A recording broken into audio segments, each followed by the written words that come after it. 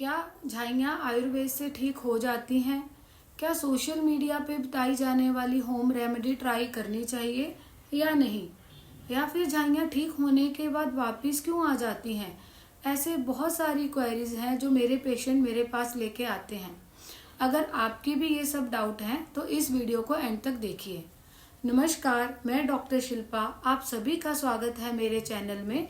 और आज हम बात करेंगे झाइयों से जुड़े कुछ डाउट्स के बारे में। सबसे पहले पूछे जाने वाला प्रश्न, और ये क्वेरी तो मेरे पास सबसे ज़्यादा आती है कि मैम हम होम रेमेडी ट्राई करें या ना करें, क्योंकि सोशल मीडिया पे इतनी सारी रेमेडी बताई जा रही हैं कि कौन सी ट्राई करनी है या कौन सी नहीं ट्राई करनी है उसका हमारे पास नॉलेज ही नहीं है। तो मैं ये कहती हूँ कि आप होम रेमेडी ट्राई कर सकते हो और होम रेमेडी के बहुत अच्छे रिजल्ट आ भी जाते हैं। लेकिन कौन सी रेमेडी ट्राई करनी है उसके लिए आप सिर्फ एक काम करो कि जो भी आप रेमेडी ट्राई कर रहे हो ना, उस रेमेडी का पहले आप पैच टेस्ट कर लो। थोड़ा सा प्रोडक्ट लेके अपने स्किन के थोड़े से एरिया में लगा के थोड़ी देर के लिए उसको छोड़ दो। और अगर आपको इरिटेशन हो रही है या फिर जलन हो रही है या फिर आपको अच्छा नहीं लग रहा है या वहाँ पे रेडनेस हो रही है, तो आपको फिर वो रेमेडी ट्राई नहीं करनी है। या फिर आपको उस प्रोडक्ट से एलर्जी है, अगर रेमेडी में बताए जाने वाले प्रोडक्ट से आपको एलर्जी है तब भी आपको वो रेमेडी ट्राई नहीं करनी है। अदरवाइज आप होम रेमेडी ट्राई कर सकते हो। फिर अगला क्वेश्चन जो सबसे ज़्यादा पूछा जाता है कि मैम झाइयाँ जो है वो वापस क्यों आ जाती हैं? हमने पील्स कराया, हमने लेज़र कराया, हमने इतना ज़्यादा पैसा खर्च कर दिया, हमने सब ट्रीटमेंट करा लिए, बट हमारी झाइयाँ ठीक तो हुई लेकिन फिर वापस आ गई। तो मैं उन सबको कहती हूँ कि हमने रूट कॉज पे काम ही नहीं किया। अगर हम आयुर्वेदा की नज़र से देखें तो आयुर्वेदा कहता है कि रूट कॉज पे काम करना उतना ही ज़रूरी है। जब हम किसी डिजीज़ पे वर्क करते हैं तो हम जानते हैं कि डिजीज़ क्यों हुई। और अगर आप चाहो तो मेरी लास्ट वीडियो देख सकते हो, वहाँ पे मैंने बताया है कि क्या रूट कॉज होते हैं झाइयों के।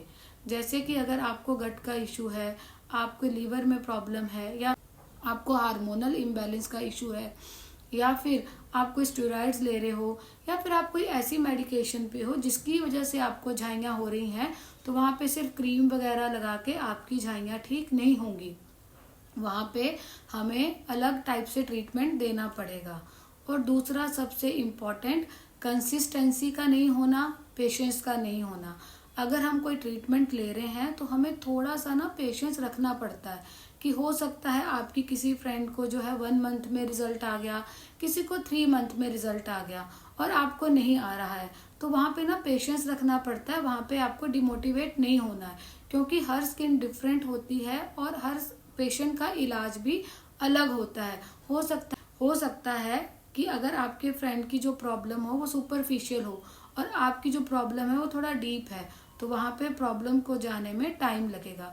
या फिर आपका रूट कॉज अलग है तो वहाँ पे भी आपको जो है टाइम लगेगा। तो इसीलिए पेशेंस को रखना है, कंसिस्टेंसी को फॉलो करना है और डीमोटिवेट नहीं होना है। थर्ड, क्या आयुर्वेदा में इलाज संभव है? तो मैं कहती हूँ जी हाँ। आयुर्वेदा एक 5000 साल पुरानी साइंस है और उस संहिता में भी इस बीमारी का मेंशन किया गया है। वहाँ पे इसे कहा गया है व्यंग रोग। और इतने सारे लेप, इतनी सारी हर्ब्स का मेंशन है जिससे हम झाइयाँ ठीक कर सकते हैं। अब जब पेशेंट हमारे पास आते हैं तो हम उनका एक प्रॉपर केस लेते हैं, हम देखते हैं कि इनको झाइयाँ क्यों हुई, फिर उसके अकॉर्डिंगली हम लोग उनको ट्रीटमेंट प्रिस्क्राइब करते हैं। मैं अपने पेशेंट को इंटरनल मेडिकेशन भी देती हूँ और मैं एक्सटर्नल थेरेपी भी देती हूँ। और इतनी सारी थेरेपीज हैं, फॉर एग्जांपल लीच थेरेपी, अग्निकर्म, उद्वर्तन, पोटली, लेप, बहुत सारी थेरेपी हैं जिससे पेशेंट को बहुत अच्छे रिजल्ट आते हैं। और मेरी जो फेवरेट थेरेपी है जो मैं अपने सेंटर में देती हूँ वो है वर्निया थेरेपी।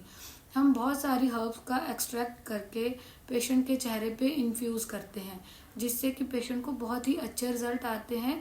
उनकी झाइयाँ तो ठीक होती ही हैं लेकिन साथ में ही उनके चेहरे में ग्लो आता है, स्किन ब्राइटन हो जाती है। साथ में हम लोग एक्सटर्नल और इंटरनल थेरेपी के साथ हम पेशेंट को डाइट भी बताते हैं कि कौन सी डाइट आपको करनी है, कौन सी डाइट आपको नहीं करनी है।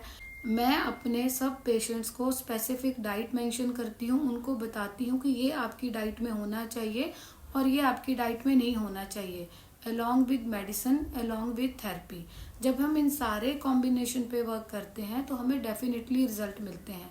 अगर आपको मेरी वीडियो अच्छी लग रही है तो प्लीज़ इसे लाइक करें, सब्सक्राइब करें और शेयर करें, और उन लोगों तक शेयर करें जिनके डाउट हैं और जो चाहते हैं ठीक होना। और अगर आपकी कोई क्वेरीज हैं तो प्लीज़ हमें मैसेज करें। धन्यवाद।